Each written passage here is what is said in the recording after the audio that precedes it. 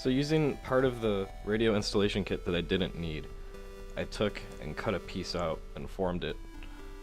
And basically what I did was I filled in all the gaps with a soldering iron by melting this tab into it, this little piece of plastic into it, and then I sanded it down. So, because this isn't solid, so basically turn that into this. And I'm gonna glue this onto it, and what this does is allow me to mount my phone. And it has a magnetic base, and I'll show you that. It's a Scosche Magic Mount that I modified. This used to be bigger, but I needed it to be smaller, so that's what it is, and it broke a little bit, but whatever, it'll work. And then I'm gonna have to glue this into place, but that won't be hard. That'll be really easy, and I'll show you that when it's done.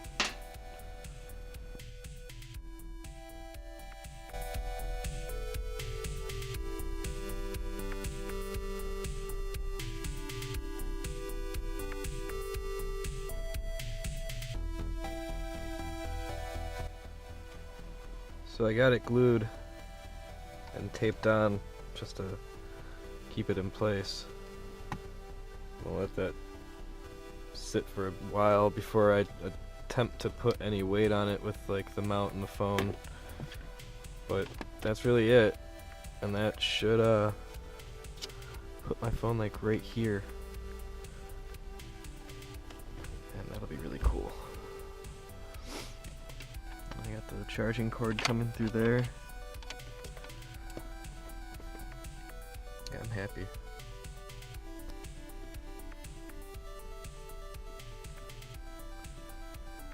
That's on there pretty good.